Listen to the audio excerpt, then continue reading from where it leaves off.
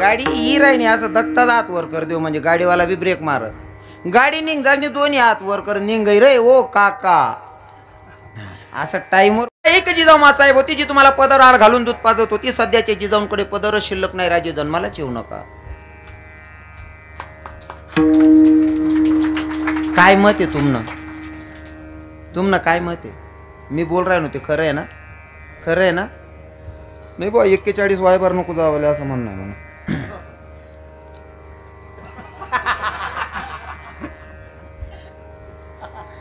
कारण एक खरं बोला ना लेज मी तिथला काय किडा पाडत ना धंदा म्हणून होता आपला.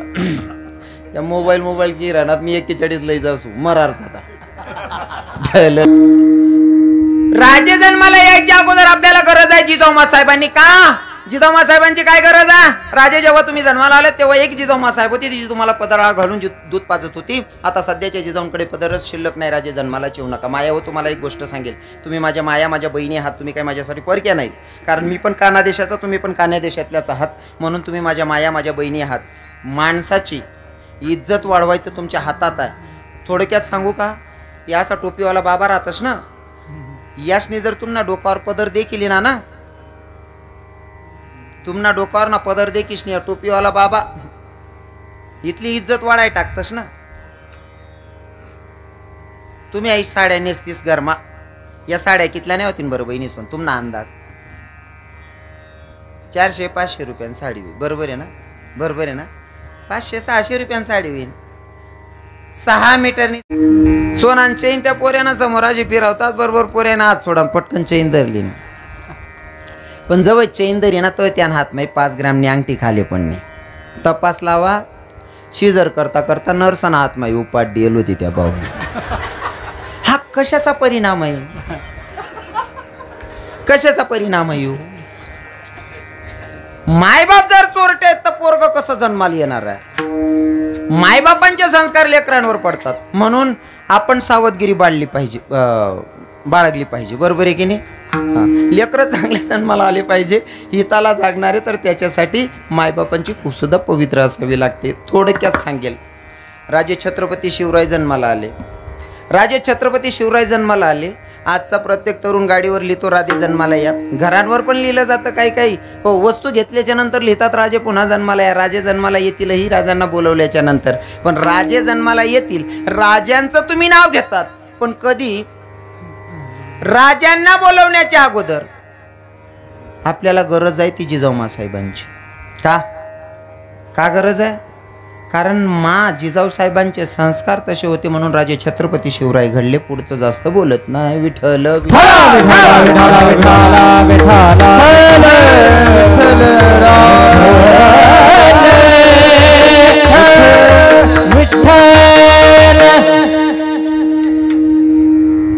पोरगा हिताला जागणारा जन्माला आला पाहिजे. याच्यावर बोलायला अजून सांगतो तुम्हाला हिताला जागणं काय असतं. कामे गरजे उठस होते ते उठा. पण मग असं नको मुद्दानं मटेरियल राही जाई बुवा. काय आपलं 9 ते 11 कीर्तन होतं. 10:30 वाजे घ्या. मनाने सांगा ना. मनी चुकत नाही काढा नाही ना. तुम्हाला चुका राहतील फक्त. मना काय संबंध? 10:30 ते वाजे घ्यात ना. ते अर्धा तास बाकी. चूक म्हणी नाही शे. तुम्ही रस्ता चांगला बनवायला पाहिजे तर मी लवकर पोची जातो. आमच्या गाड्या पोची घ्या तडे होता है कभी ऐसा होता है. भानुदास महाराजांचं कीर्तन चाललंय. भानुदास महाराजांचं. पोरगा कर्तबदार जन्माला आल्याच्या नंतर त्याच्या मायबापाला धन्यता कशी भेटते मोठ्या वक्त्याच्या मुखातून ऐकलेलं मला सांगायला आवडतं. भानुदास महाराजांचं कीर्तन चाललंय आणि चालू कीर्तनामध्ये भानुदास महाराज सांगत होते बाई पंढरीश पांडुरंग परमात्मा असा दाता ज्याला हात नाही त्याला हात देतो, ज्याला पाय नाही त्याला पाय देतो, ज्याला डोळे नाही त्याला डोळे देतो. ऐकत होते एक व्यक्ती ज्याला हातही नाही पायही नाही अशी व्यक्ती ऐकत होती. हातही नाही पायही नाही अशी व्यक्ती ऐकत होती. त्या व्यक्तीचं नाव काय होतं? तुमच्याकडनं अपेक्षा आहे महिला माता. तुम्ही सांगा पहिले कोण होतं? भानुदास महाराजांचं कीर्तन चालू होतं. कीर्तनात बसलेला माणूस ज्याला हातही नाही पायही नाही त्या व्यक्तीचं नाव काय होतं मायाव? कोण होतं? कोण जाणबो. आणि आमली माहिती राहतात तुला कसा लाटे दडकावतो आम्ही. हा ते बी खरं शे बा. भानुदास महाराजांचं कीर्तन चालू आहे. ज्या व्यक्तीला हातही नाही पायही नाही अशी व्यक्ती कीर्तनात बसलेली त्या व्यक्तीचं नाव होतं काय? तुम्ही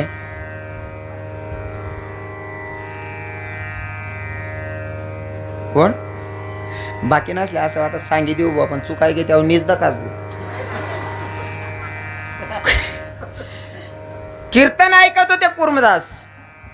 कीर्तन चालू आहे भानुदास महाराजांचा. ऐकणारी व्यक्ती होतं कुर्मदास. ज्याला हातही नाही पायही नाही अशी व्यक्ती कीर्तन ऐकत होती. पण महाराजांनी सांगितलं की पंढरीश पांडुरंग परमात्मा असा दाता आहे ज्याला हात नाही त्याला हात देतो, ज्याला पाय नाही त्याला पाय देतो. ते कीर्तन ऐकल्याच्या नंतर कुर्मदासाला वाटलं की आपण पंढरीश पांडुरंग परमात्म्याचं दर्शन घेतलं पाहिजे. वारीला निघाला महाराज.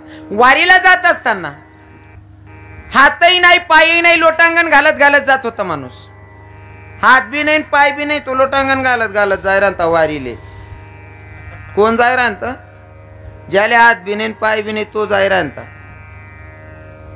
कस काय वातावरण आहे? म्हणे बी जाण होतो महाराज पण म्हणे अशी उपाधी म्हैस म्हणा आत वैकस मनाशिवाय दूधच देऊ देत नाही. जातो माय मी म्हणे बी यंदा इच्छा होती पण आई दाखला ना तू शे अहो पुढे 2 वरीस नव्हे नका तवय जासू. आणि जर अचानक अटॅकीन मरीच गई आजी नातू न काय होई राहाव ने नातू. पण उगाच संसारले चिटकी बसेल शेत आपण. ज्या व्यक्तीला हातही नाही पायही नाही या अशी व्यक्ती वारीला निघत्या. चालायला पाय नाही म्हणून लोटांगण घालत्या. आणि नेमकं काट्याच्या कुरपड्यामध्ये कुर्मदास अडकले. आता कुर्मदासांची ताकद कमी पडत होती. आता उठलंही जात नाही आणि लोटांगणही घालता येत नाही. पण वारीत जाणारे लोक त्यांचं भजन चाललं होतं. आता भजनाचा आवाज ऐकला. भजनाचा आवाज ऐकला आणि कुर्मदासांना आवाज दिला. ओ महाराज महाराज ऐका ना. महाराजांनी फिरून बघितलं. समोर बघितलं काही दिसत नाही. कारण कुर्मदास अडकलेला काट्याच्या कुरपड्यामध्ये कोणाला दिसतच नव्हता. अजून चालायला लागले. अजून त्यांचं भजन चालू होतं. ज्ञानोबा तुकाराम. हा भजन चाललेलं. पुन्हा आवाज दिला. भैया ओ महाराज वारकरी बाबा ऐका ना. वारकऱ्यानं फिरून बघितलं. एका वारकऱ्याचं लक्ष गेलं. अरे काट्याच्या कुरपड्यामध्ये कोणीतरी व्यक्ती अडकलेला आहे. जवळ आले सगळे वारकरी. काट्याच्या कुरपड्यातून कुर्मदासांना बाहेर काढलं. काढल्याच्या नंतर कुर्मदासांना विचारलं दादा एवढ्या अरण्यामध्ये काट्याच्या कुरपड्यामध्ये तुम्ही अडकला तिथं कशासाठी आलतात? तुम्हाला हातही नाही पायही नाही या. तेव्हा कुर्मदासांनी सांगितलं दादा भानुदास महाराजांचं कीर्तन ऐकलं. भानुदास महाराजांचं कीर्तन ऐकलं आणि चालू कीर्तनात भानुदास महाराजांनी संदेश दिला की जगाचा मालक पंढरीश पांडुरंग परमात्मा असा दाता ज्याला हात नाही त्याला हात देतो, ज्याला पाय नाही त्याला पाय देतो, ज्याला डोळे नाही त्याला डोळे देतो. ऐकून मी पंढरीश पांडुरंग परमात्म्याच्या दर्शनाला निघालो. पण आता माझी ताकद कुठेतरी कमी पडते. मग मला येणं शक्य होत नाही. माझा एवढा संदेश पंढरीश पांडुरंग परमात्म्याला सांगा की तुझा भक्त तुझ्या दर्शनासाठी येत होता त्याला येणं शक्य होत नाही. मग काय करा? भगवंताला सांगा की तूच ये म्हणले तुझ्या भक्ताला भेटायला, तुझ्या भक्तानं बोलवलंय म्हणून. दादा वारकरी गेले. वारकऱ्यानं दर्शन घेतलं. दर्शन घेतल्याच्या नंतर भगवंताला सांगितलं देवा तुमचा भक्त तुमच्या दर्शनासाठी येत होता त्याला चालणं शक्य होत नाही, त्याचं येणं शक्य होत नाही. ज्याला हातही नाही पायही नाही असा भक्त तुमच्या दर्शनासाठी येत होता त्याच्याकडनं येणं शक्य झालं नाही म्हणून आमच्या हाती निरोप दिलेला आहे. देवा तुम्हीच जा तुमच्या भक्ताला भेटायला. माझ्या विटेवरच्या मालकानं विटेवरनं उडी मारावी, विटेवरनं उडी मारावी. आणि पंढरपुराचा मालक अरणबेलीकडे आले आणि तिथं कुर्मदासांच्या जवळ आले. कुर्मदासांची परिस्थिती हातही नाही पायही नाही. ती व्यक्ती पंढरपुराला वारीला निघालेली. कुर्मदासांना सांगितलं अरे असेही भक्ता तुम्हाला हात नाही आणि पाय नाही तरी तुम्ही माझ्या दर्शनाला निघालात. भक्ता कुर्मदास मागा काय मागायचं असेल तर तुम्हाला पुन्हा काय आयुष्य पाहिजे का?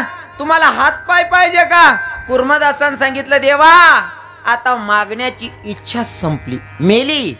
मग अरे याच्यापेक्षा अजून मोठा आनंद कोणता असेल की मी आता मरण्याच्या दारात आणि मरत असताना शेवटचा श्वास घेत असताना जर जगाचा मालक माझ्या डोळ्याच्या समोर याच्यापेक्षा मोठा आनंद कोणता असू शकतो? फक्त एकच करा, मला तुमच्या मांडीवर देह सोडायचा. भगवंतानं मांडीवर घेतलं डोकं. कोण? कुर्मदास ना काहीच नाही बिग बसू दा लिहिणं नाही मायछान कधी देवनी मांडी देवा ना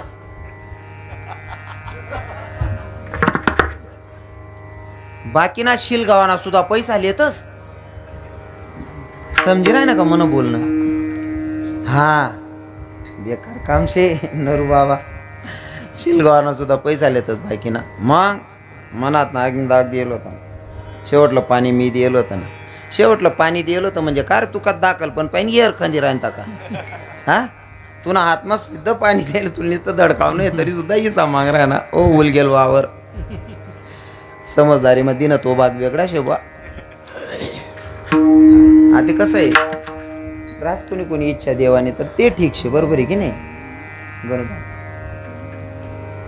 भगवंतानं कुर्मदासाला मांदी दिली आणि शेवटचा क्षण भगवंताच्या मांदीवर देह त्यागला आता भगवंतानं पूर्ण विधी केली कुर्मदासांची आणि पुन्हा आता निघाले जायचं पंढरपुराला पण पंढरपुराला जात असताना सोबत आलेले दोन चोर होते ते चोर कोण होते एक नाम आणि दुसरं होतं ज्ञान ते दोघं चोर सोबत होते आता भगवंताला थोडा खेळ खेळायचाच होता भगवंतानं सांगितलं म्हणले मला पाण्याची तहान लागली मला पाणी प्यावं वाटायलं हो माऊली ज्ञानोबारायांनी सांगितलं समोरच हिरवड दिसते म्हणले देवा जाण पाणी प्यायला हिरवड दिसत होतो तो मडा होता सावताबाबांचा मडाकडे बोट दाखवला माझे जगाचे मालक तिकडे गेले गेल्याच्या नंतर सावताबाबांचं चालू होतं कांदा मोडा भाजी अवघी विठाबाई माझी जोरात भजनं चालू होते आता भगवंत गेले भगवंतानं सांगितलं भैया मला लपायला जागा ते माझ्या मागं दोन चोर लागले तर ते सावताबाबांनी सांगितलं केडीत लपा म्हणले तिथं सापडवतील उसात लपा तिथं सापडवतील मिरची मध्ये पा म्हणे आर भाऊ तटे धरली तीन मग मी कुठंही लपलो तरी ते चोर धरतीलच मग सावताबाबांनी स्वतःची छाती फाडली विडा घेतला स्वतःची छाती फाडली जगाच्या मालकाला सांगितलं भगवंता या म्हणले माझ्या हृदयात भगवंताला हृदयातच स्थान दिलं पण जेव्हा भगवंत हृदयात विराजमान होताय ना तेव्हा देवाचा धोत्राचा तो पितांबरचा काष्टा थोडा बाहेर राहिला तिकडे दोघंही माऊली ज्ञानोबाराय आणि नामदेवराय दोघंही रस्त्यावर बसलेले वाट बघत होते आपले पांडुरंग परमात्मा गेलेत अजून येत कसे नाही मग जिकडे गेले त्या दिशेनं दोघंही संत निघाल्याच्या नंतर सावताबाबांचं चालू होतं भजन तिथं पण हा आम्हा हाती मोठं नाडा फुलं पाणी वाही फुलं झाडा नाही का चाललेलं भजन मग सावताबाबांना माऊलींनी विचारलं महाराज इकडनं कोणी इस्माला जाताना बघितलं का इकडनं कोणाला जाताना बघितलं का म्हणले मी नाही बघितलं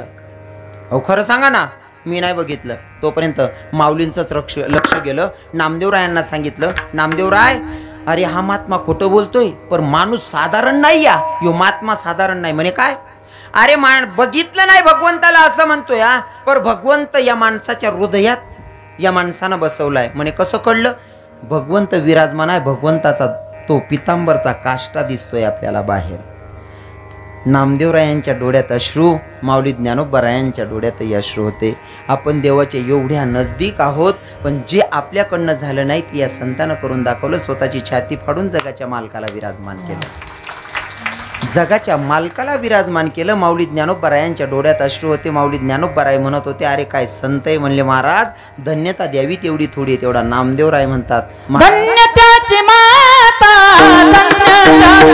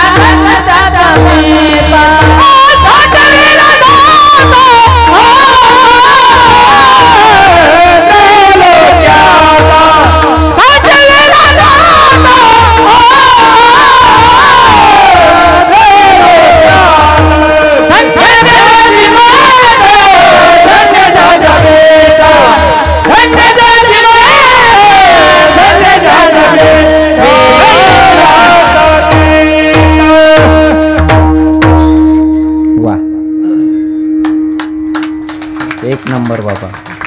म्हणजे काय माहिती आहे का, असं टायमर बट व्हायला पाहिजे. बरोबर आहे की नाही? हो. कपाशी जर काया पाणी लागेल राहिले ना उत्पन्न वाढी जास. बाकी ना जून सरी जाणे तवय खुशी देऊ का महाराज शिलगाय दे. हो आप्पा. अरे ते जुलाई लागा माय तू आता कपाशी खुशी टायमर व्हायला पाहिजे बड्या गोष्टी. बरोबर आहे की नाही? गाडी ही राहिनी असं धक्ताच हात वर कर देऊ म्हणजे गाडीवाला बी ब्रेक मारस. गाडी निघ जाणे दोन्ही हात वर कर निघाई रे ओ काका. असं टाईमवर प्रमाणे यायला पाहिजे. हो वेळेवर यायला पाहिजे. आणि आमच्या महाराजांनी भारी साधलं महाराज. मी ते बोमा मारत होतो मग तुम्ही म्हणले ना बरं करा.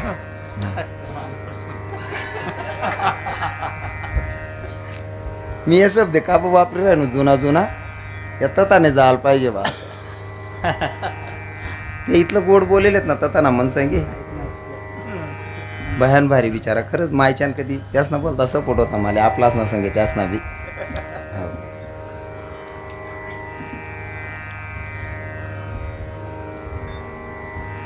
धन्यता कर्तबदार मुलगा असला तर धन्यता माय बापांना भेटते. मी मध्ये पण बोलून गेलो ना तुम्हाला. संत त्या पोराला धन्यता देण्यापेक्षा त्याच्या मायबापाला धन्यता देतात. का? कारण पोराला संस्कार देण्याच्या मागे हात कोणाचे असतात? कोणाचे? मायबापांचे. म्हणून संत हुशारीनं संत आहेत ते संत आहेत त्यांना विचार मोठा आहेत. आपला माय शेक का त्या अपुरा. हा आपण जरी उसनं पिटली ना आता लाईट नाही 3 दिन जाय ना आपल्याकडे. आपण जर पावशर मग पिटली ना तरी बुरबुराय टाकतस. बरोबर आहे का नाही? इथला अपुरा नाही आपला. टाइम बा गेलो राखो बाकी ना तशा हालाय देतीस धरू माहितीतलाच होता. त्या संत त्यांना विचार बी मोठा आहे. आपण पावशर पीठ मा बी चोराचोरी करले तर हो. आपला संसारामध्ये आणि परमार्थामध्ये मोठा फरक आहे. फॉर एक्झाम्पल सांगेल संत स्तुती करतात ना पोरगा जर कर्तबदार असेल तर त्याच्या मायबापाची. पण संसार वेगळा. संसारामध्ये जर मुलगा डॉक्टर असेल मुलगा डॉक्टर आहे लग्न केल्याच्या नंतर डॉक्टरची बायको हो बहिणी सोन हो माया सोन. पोरगा जर डॉक्टर असेल लग्न केल्याच्या नंतर डॉक्टरनी बायको डोकं दुकान गोई नको का समजे ना. हा फुकटमा पदवी देतस. एखादा पोरगा जर शिक्षक असेल तो जर मास्तर आपली भाषा मा मास्तर म्हणतस आपण. मुलगा जर मास्तर असशील मास्तरनी बायको ती सही नको का करता येणार. मग ती बहिणीले जर सांगा ना मॅडम सही लावशाई पण मास्तरनी बायको आहे. हा संसार वेडा. कोणची पदवी कोणालाही भेटते. बरोबर आहे की नाही? हो. आपण सांगू का संसार मग कितला येडापणा रास. आपण चहा पेत असते काय रास कप बशी. हा ते बशी ते आपण पोरले ते फोटो काढी दकाडणे पुढे बशात दिखतीत नाही आते. हा निस्ता माणसे बाया दिखतीतच नाही आते. कप आत मला सांगा कोणत्या बाया कप बशीवर ठेवलंय ती साते ते ट्रे रास त्या मग कप लई येते. आणि तो कप आपण आपला उचलेले हो चिलगाय देऊ कोणा बरोबर राहणार नाही. आणि तो कप एवढा मोठा रास आपले इयरमा डोकेल निघत दखणं पडस. हो म्हणा बापरे अवघडे अवघडे. अरे विठ्ठल विठ्ठल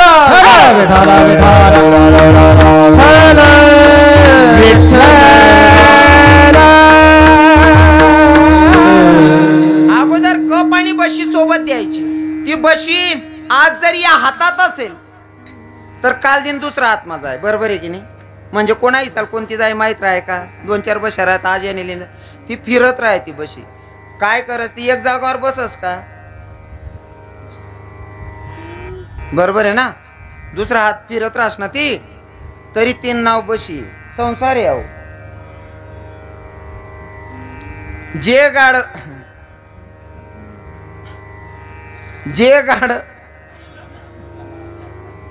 वावरे फिरस तरी त्या नाव गाड. आणि गाड कधी जागा सोडत नाही त्या नाव गाड रासभर विठ्ठल विठ्ठल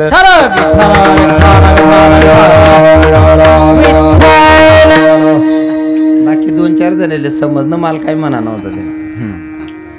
तर मला हेच म्हणायचं, जर मुलगा कर्तबदार असेल तर माझे संत पोराला धन्यता देण्यापेक्षा त्याच्या मायबापाला धन्यता देतात. तसं सावताबाबांना माऊली ज्ञानोबाराय सांगत होते, अरे काय महात्मा आहे म्हणले, जगाच्या मालकाला छाती फाडून जगाच्या मालकाला छातीतच हृदयातच जागा दिली. माझे नामदेवराय सांगतात, अहो महाराज माऊली या महात्म्याला काय धन्यता देतात, या महात्म्याला जन्माला घालणाऱ्या मायबापांना धन्यता दिली पाहिजे. आमच्या बाबांनी प्रमाण घेतलं, धन्य त्याची माता धन्य त्याचा पिता साठविला दाता. हा, त्याची स्तुती करण्यापेक्षा त्याच्या मायबापाची स्तुती करा असं आमचे संत सांगतात. आणि तसेच पोरं जन्माला घाला की ज्या पोराला बघून आपल्याला स्वाभिमान वाटला पाहिजे असेच लेकरं जन्माला घालायचे. तुम्ही म्हणसान ते आपल्या हातात आहे का? हो आपल्या हातात आहे. आपण पहिले जर का दिवस गेल्याच्या नंतर हो जसं खोयबरानं एक विधी करतस ना तुम्ही, खोयबराने विधी रास ना, त्यांसंगेच एक संस्कार चांगला यायला पाहिजे बो पोरगाले. ती एक विधी राय, ती आपण विसरी जायला शेतस, ती विसरी जायला शेतस म्हणेन ते सोडा वरीस ना पेवायला लाग जायला येतस. विठ्ठल विठ्ठल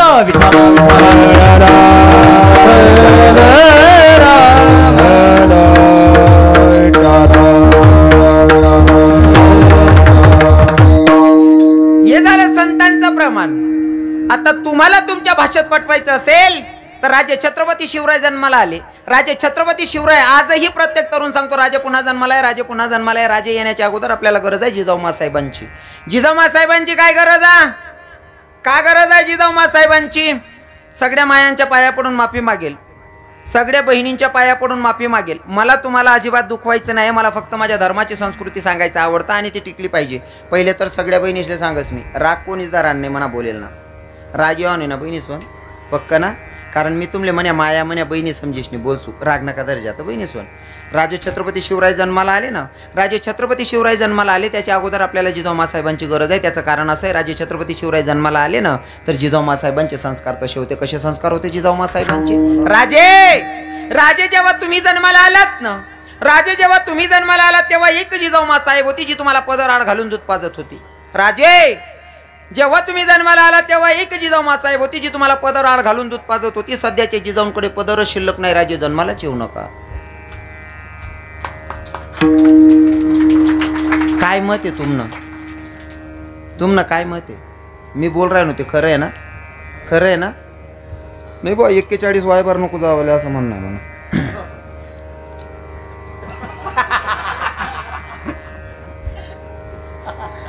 कारण एक खरं बोला ना लेज मी कितला का किडा पाडत ना धंदा म्हणून होता आपला. या मोबाईल की राहणार मी 41 लई जासू मरार्थ आता. विठ्ठल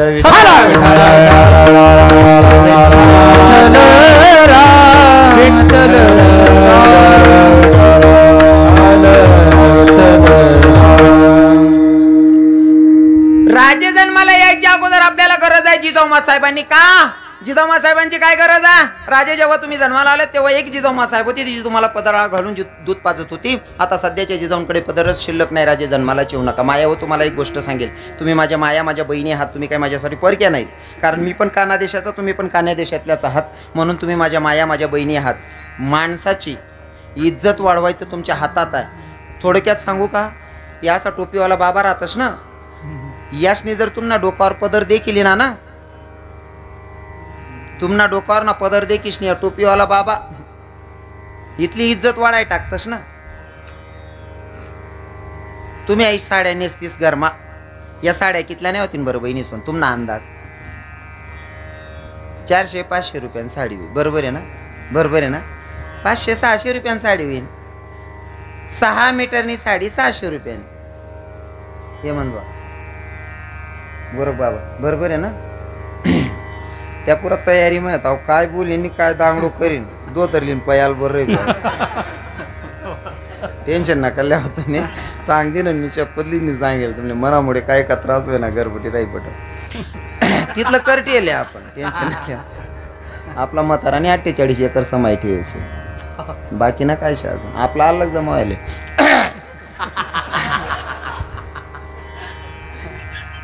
हा केला इशारा जाता जाता. तुमची घरात वापरायची साडी 6 मीटरची साडी, 600 रुपयाची साडी धरा. म्हणजे 1 मीटर कितला रुपयाला पडणं बहिणी सोन? 100 रुपयाला. बरोबर आहे ना? पदर कितला मीटर नाही? 1 मीटर ना. तो 1च मीटर ना पदर आहे, 100 रुपया नाही. तो जर डोकावर राही घ्या तर या टोपीवाला बाबा सहज सांगतस खोटे ना मायरे राय पूर्ण काय वयन शेबू मायबापनं डोकावर ना पदर सुद्धा पडू देत नाही. 100 रुपयाना पदर तुमना बापनी करोड रुपयानी इज्जत वाढाय टाकस. 100 रुपयाना पदर करोड रुपयानी इज्जत वाढाय टाकस. काय फरक पडस पदर लेवा? बरोबर आहे की टाकी लो डोकावर पदर. मला सांगा डोकर पदर टाकाना काय नुकसान आहे का बहिणीसून? चला वा पदर लेता लेता नामपूर गावमा 36 बाया पदर लेता लेता मरी घ्यात महाराज तेव्हा आम्ही पदर लेत येत नाही. असं काही शे का? तसं काहीच नाही ना. मग धडकाई लेत जा ना पदर लिहा. मग काय मरण शे तुमले? असं वर्षील गायले होते आले काय फरक पडला? बाकी ना बहिणी सांगते नाही महाराज तो असा पडी जा सटकी चुका ठो केली त्याने पण धडकावत जाय.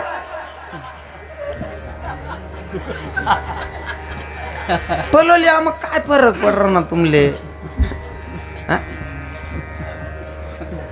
नुसता डोकार पदर टाकणार. पण इज्जत वाढायचास. आकू सांगू का? पहिल्या बाया ज्या 40 पुढल्या मावशी आहेत, 50 पुढल्या काकू आहेत, तिथले विचारा डोकावर पदर असा जर का वावर माहिनी येत ना दमित किशनी असा जर टोपीवाला बाबा जर दिकी जात ना पटकन डोकावर पदर टाकले. टोपीवाला बाबा जाऊ द्या हो. डिकरा बिकरा जर राहे ना देर जेठना पोऱ्या जर राहे ना मोठा तरी मोठा जर डिकरा त्याला दकीशनी सुद्धा दाखल्या काकू पदर लिहिलेत. काकू दाखली चुलती जर देराने जेठाने सांगितलं आहे माय त्याला देखील काय पदर लिहिला ना तो आपला अंडोरे नो माय नको माय तो देरजेट सारखा दिकत. म्हणजे देरजेट सारखा दिकत डिकरा तरी सुद्धा पहिल्या बाया पदर लिहिलेत. पहिल्या बाया लिहिलेत बा पदर. याचा टोपीवाला बाबा जर दिकी जात ना वावर माय येता समोर तैन बाबा ही राहणार. जर चाली गहू समोर तर तो बाबा सांगेन आई पोरले वयनशे का नाही हो. डोकावर जरी चारानं वजर आहे लाकडेच ना वजर आहे ना असं समोर तैन बाबा आहे ना तरी मनमाय असं डोकं असं तिरपी उभी राहे. पहिले त्या बाबाला निघ जाऊ दे मग मनमाय रस्ता काढे. बरोबर आहे ना बाबा? असं होतं ना पहिले मावशी होतं ना असं पहिले. हां पहिले निघी जाऊ दे माय नाही ते म्हातारा नावटी देईन. आता कसं काय वातावरण? आता गाव म्हणा बाबा जाऊ द्या सगळा सासरानं सुद्धा मन बहीण छातीने बिल्ल मोठ टाकाल करत. आता ती मर्यादात राहील निशे. पण तुम्हाला सांगतो बरं का आपली संस्कृती डोकार जर पदर लिहिली ना बोलतं भारी काम राहत. काय बाया लग्नेच मग जाते बारी साड्या नेसते. मजुरी करणारी बाई सुद्धा लगीन मग 2000 साडी नेसस. खरं आहे का नाही बहिणीच? पैसावाला बाहेर आहे ना ते 8-10 हजार रुपयाने साड्या नेसते.